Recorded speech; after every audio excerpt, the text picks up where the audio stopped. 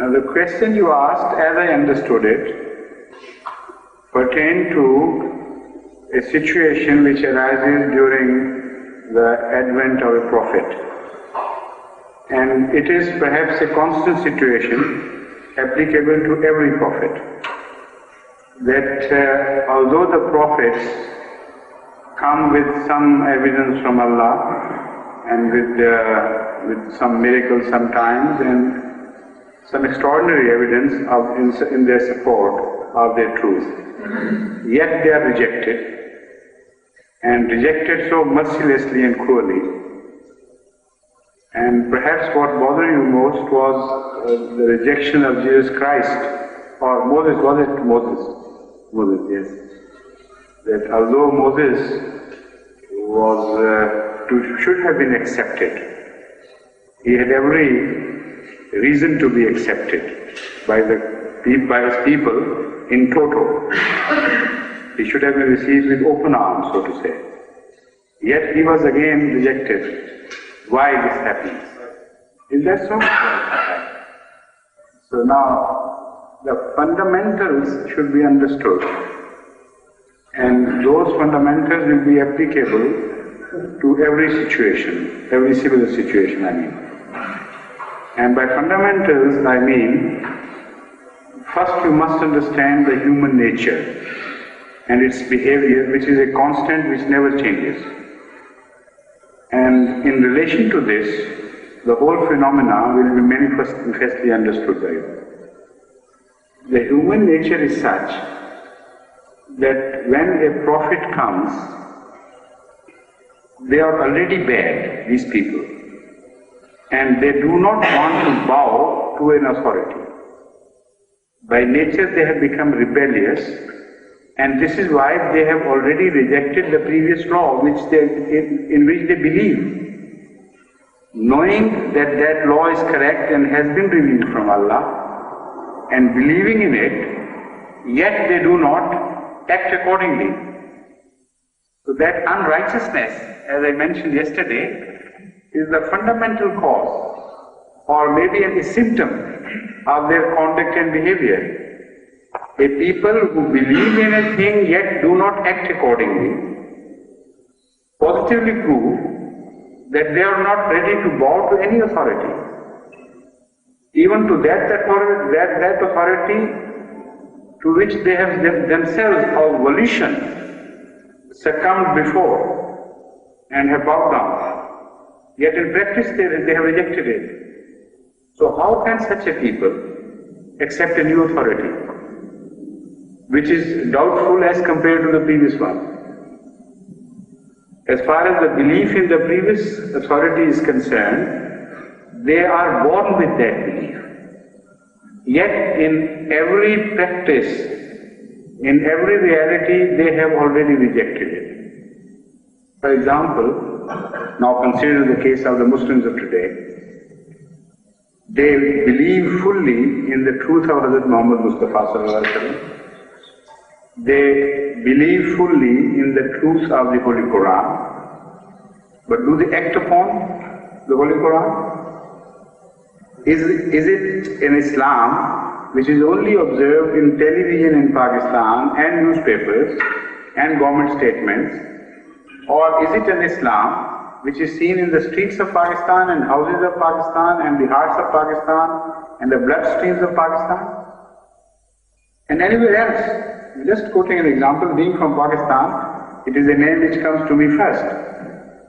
But if you look in detail, you will find that the whole life system is totally divorced from Islamic values. There are people who say that Islam is true, who believe in the Holy Prophet's highest station, not only as a prophet but as highest station. Yet they do not follow him in practice. Their houses are not Muslims, their Waqda is not Muslim, the Patwar Khanas are not Muslim, the revenue system is not Muslim. Everything you observe, even the courts, in their behavior and conduct have been.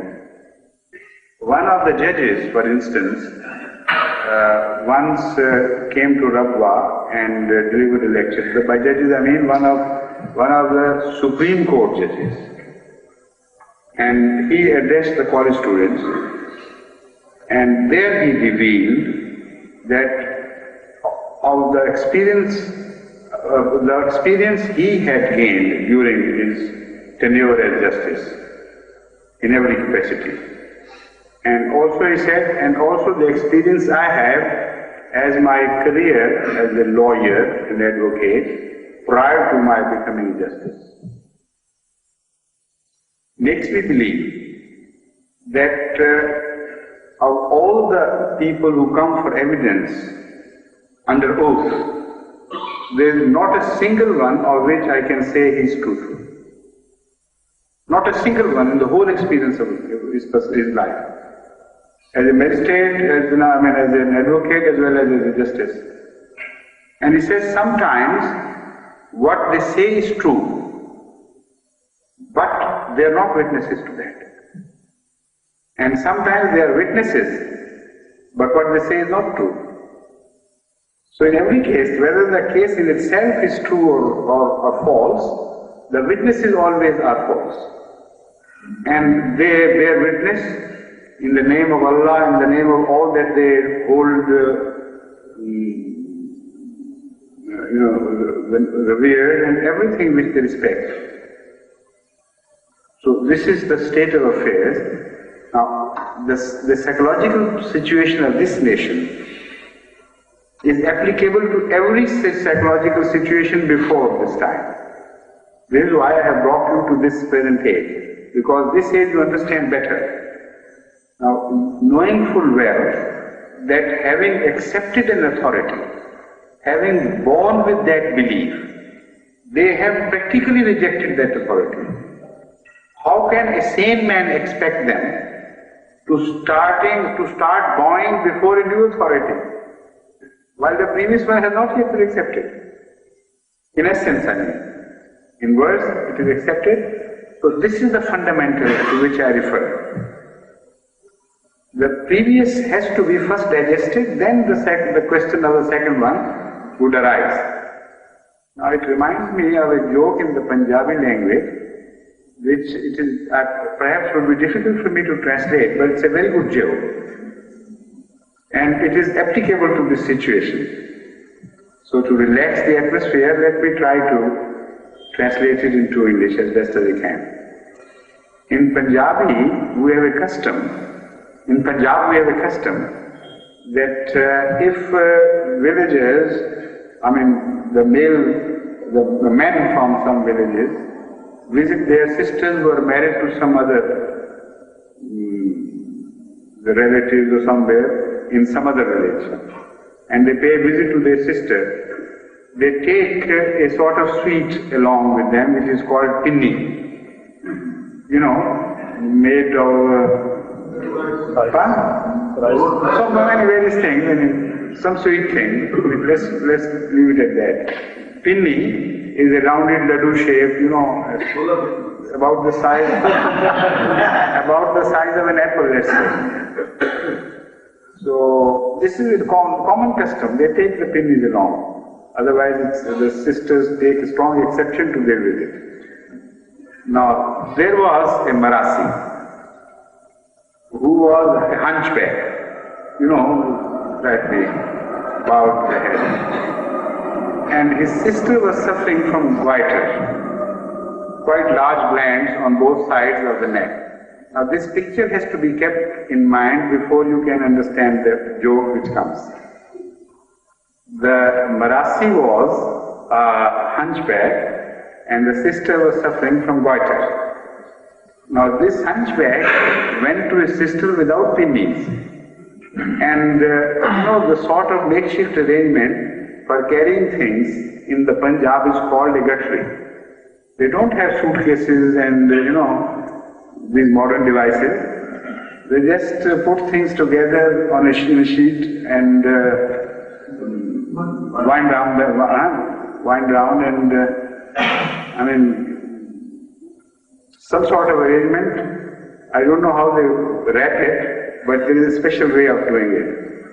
So that is called, the final package is called agatri. So the sister observed when he knocked at the door and she opened it, she observed that there was no agatri with him. So the sister jokingly referred to the hunchback's bag and said, "Dear brother, the agatri you are carrying on your back, please hand it over to me.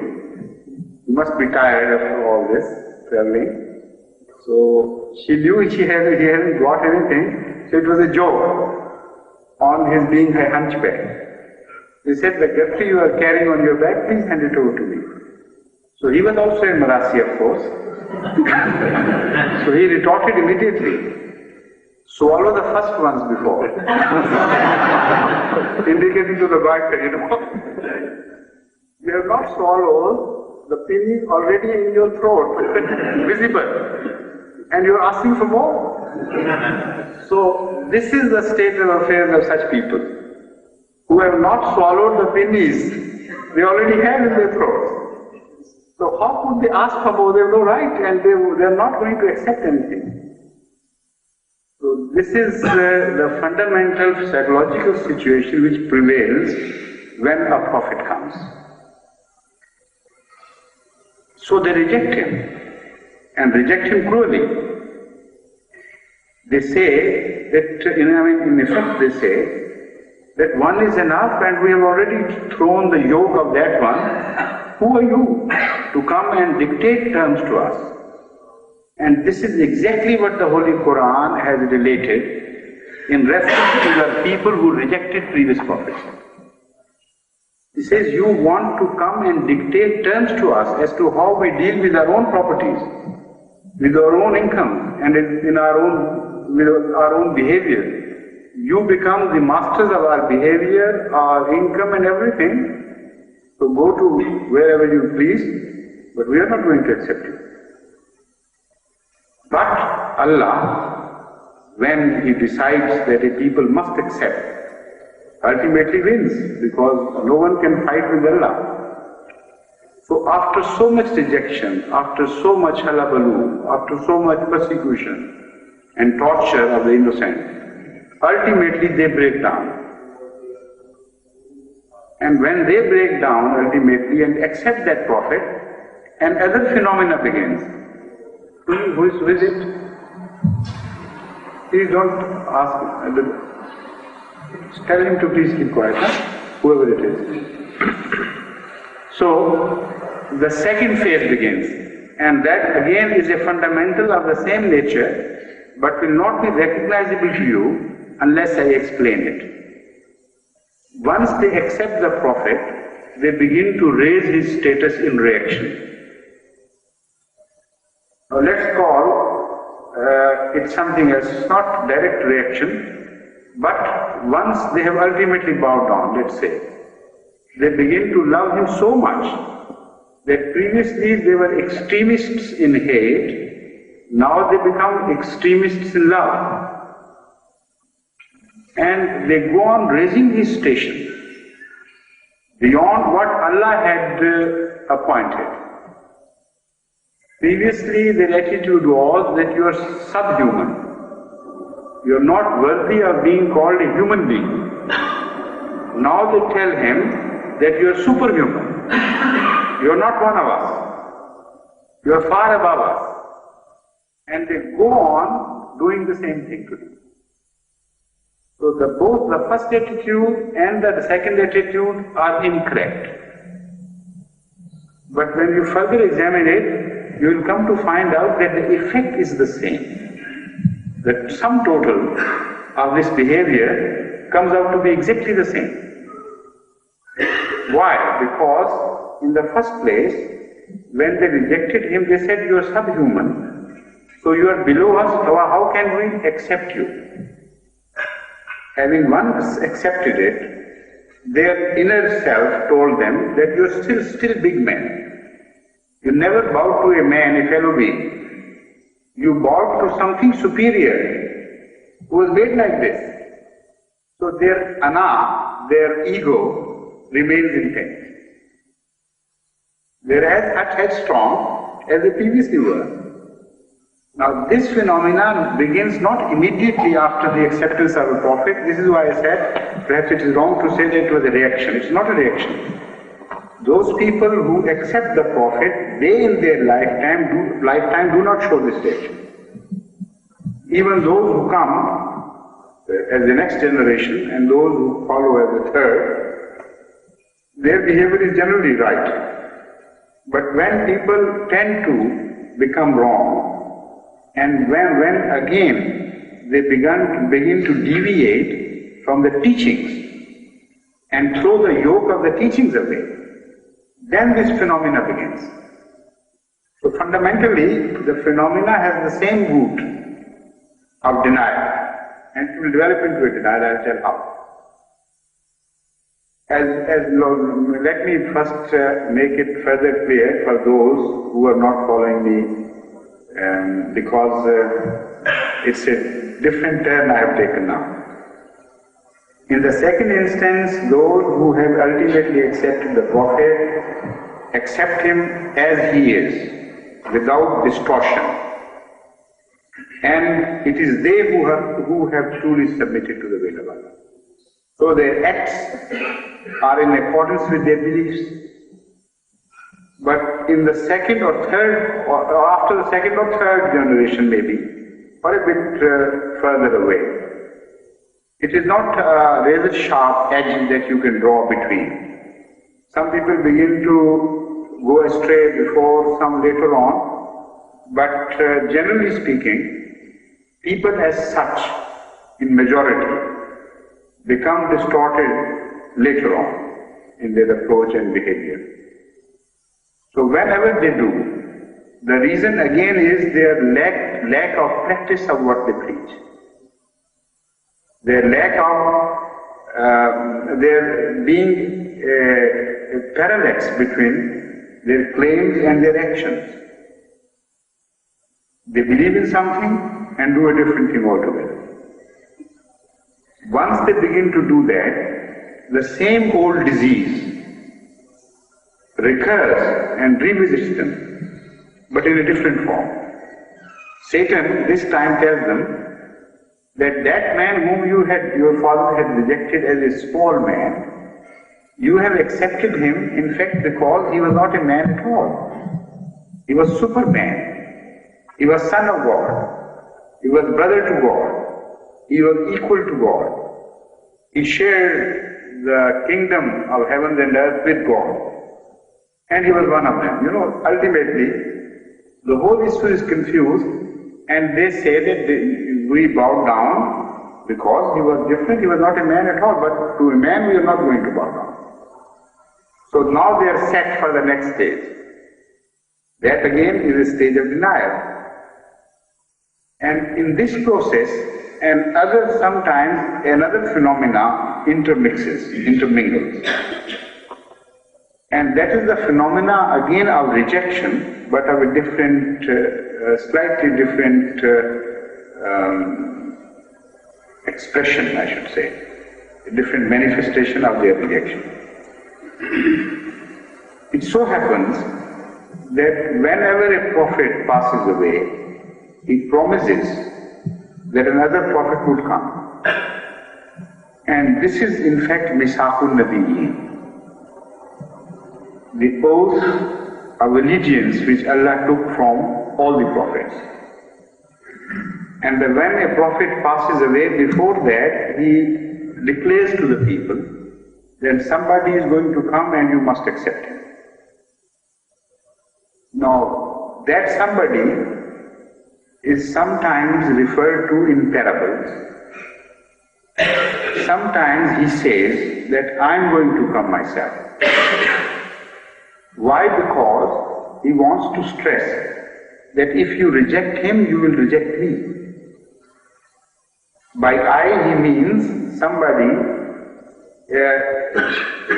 having a total representation, a total authority from that person who is predicting it.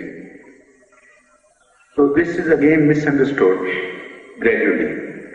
But when people begin enter that mood which I have already told you, the mood of rejection I call it, then their belief in these prophecies is distorted accordingly, very clearly and in very positive terms. With the result that whatever was said metaphorically is taken to be a literal thing. Whatever is told to them in parables, that is expected to be in the real life terms, not in parables. So they miss the point altogether again. Now they are expecting somebody to come in accordance with their own desire that he should not be a man but should be a superman. Because the previous prophet, they have already begun to be a superman. So the next one should also come as a superman. Something superman or beyond man. So their expectations are all disoriented. Totally disoriented. They are expecting someone to come, but not from the same direction from where he is to come. They are expecting someone to come, not as a man this time, but as a God, or God's Son, to descend from heaven, and so on and so forth. Or having grown feathers and wings and so on. So the picture they paint of that person who had passed before them is also superhuman or beyond human beings, and the one who is to come also has adopted the same picture. So the stage for rejection is set, because such a thing would never happen. So they have already decided that whenever the next man would come, we will reject him, because we will be armed with an expectation which can never be fulfilled. The same thing happened exactly at the time of Hazrat Jesus Christ, peace be upon him. People before him were told that Elijah, a biblical prophet, had ascended to heaven bodily. And it was written in Bible. Having ascended to heaven, he was waiting there. In fact, it is also said that he was sitting on a chariot when, chariot and all, he was ascended to heaven.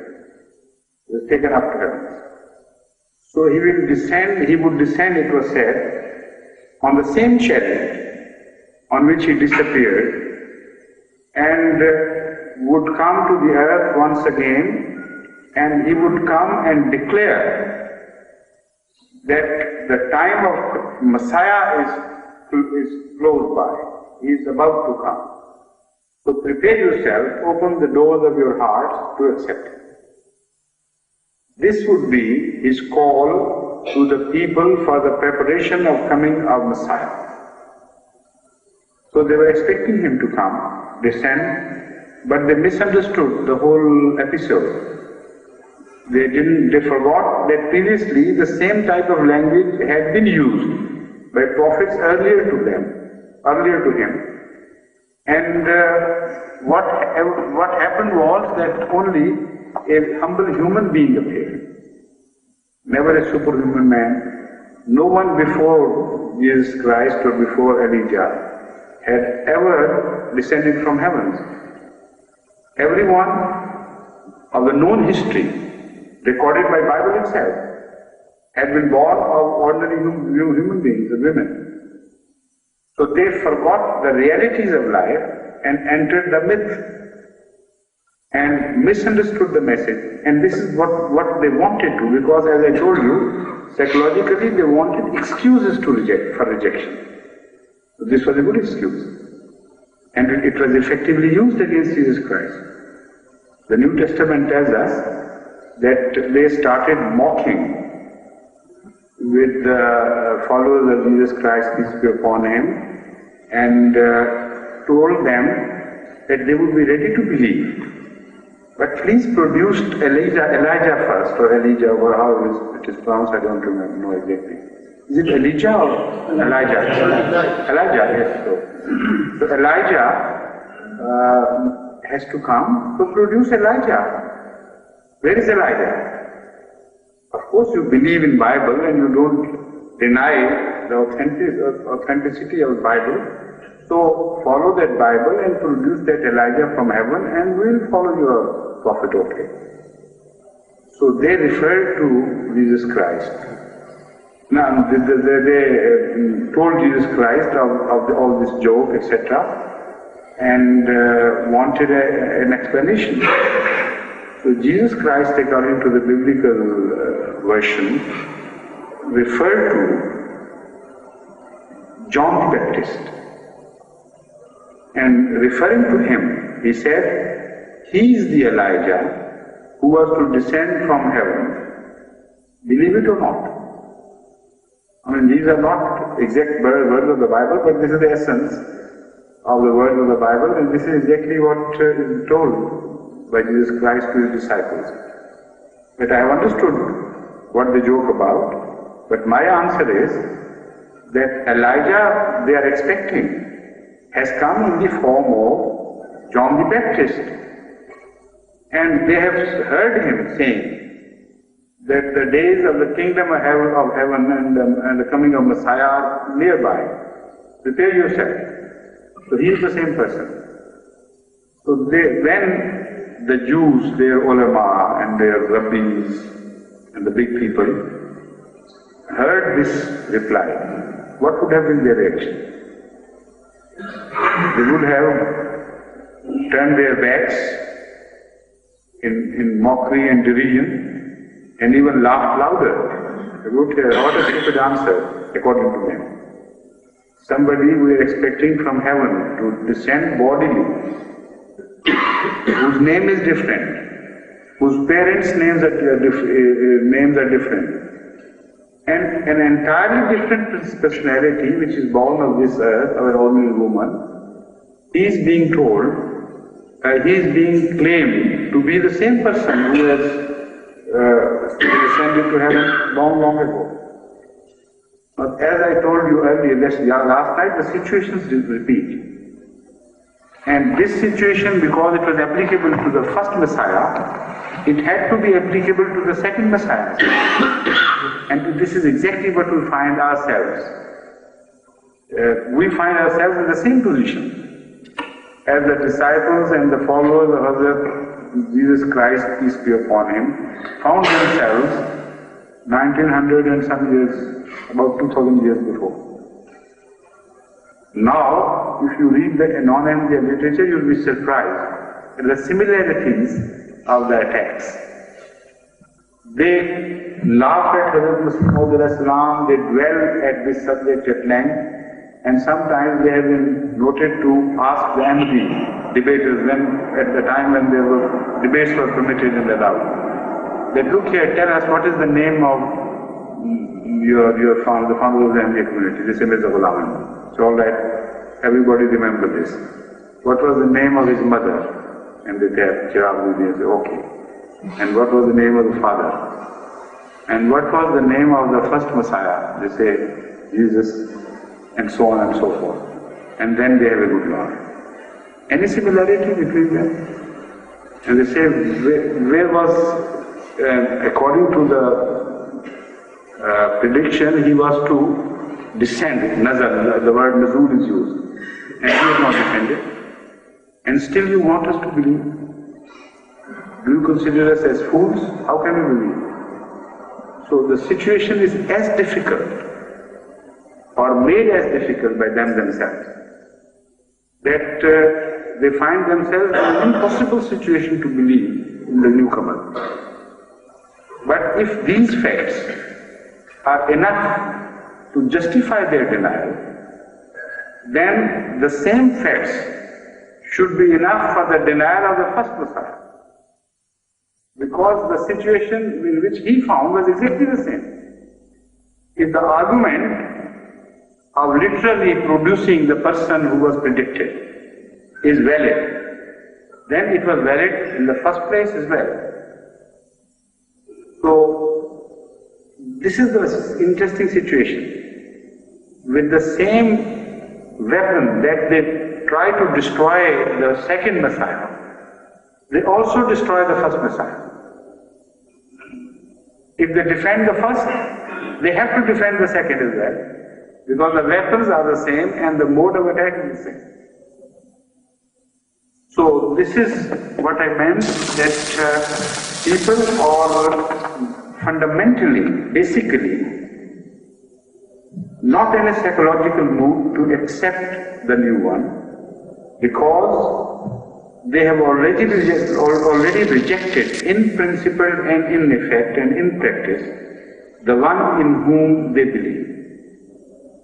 So this duality of their nature has to be made manifest and clearly known to them themselves, that you are false people. So a trial begins. A prophet comes, and they are given excuses, of course. Like the excuses they were given to the earlier people. And they reject him. And the criminal situation is made manifest. And this is what Allah says by telling us the Yamiz al-Khabisa min al-Tayyib. The office of prophethood serves the purpose of making the filthy and the pure appear completely separate and removed from each other. As the sieve does the thing, the filth is removed and the pure grain is left in the sieve. So this is the process of Yamiz al-Khabisa. So whoever have already reached a stage of denial, they only get themselves revealed and made naked. Otherwise, they have a cover of religion. When a prophet comes, that cover is removed. So this is what I said, that I'll tell you this last night. I promised you I would explain the fundamentals. Once you understand the fundamentals, the riddle of the religion, the religious phenomena of prophethood, is solved everywhere in the world. This phenomena is equally applicable to Hinduism, to Zoroastrianism, to any other religion you can think of, to Buddhism. The same thing happened with them. Prophets came, they were rejected, later on they were accepted. For a while, this situation remained constant. Then they were begun to be elevated beyond their real status. And they were elevated to a station that their coming again could not take place in reality. So a sort of, stalemate was created. And those religions were left behind in history and no reformer could appear in them. Because the person they were expecting was to come in the form of a god, in the form of a myth, while before that it had never happened. All who come as a humble servant of Allah, and nothing more. So people don't recognize them. This is exactly where we find ourselves, in the juncture of history. The same thing is repeating itself, and the same eyes are rejecting the phenomena, knowing that it has happened so many times before. I hope you understand this.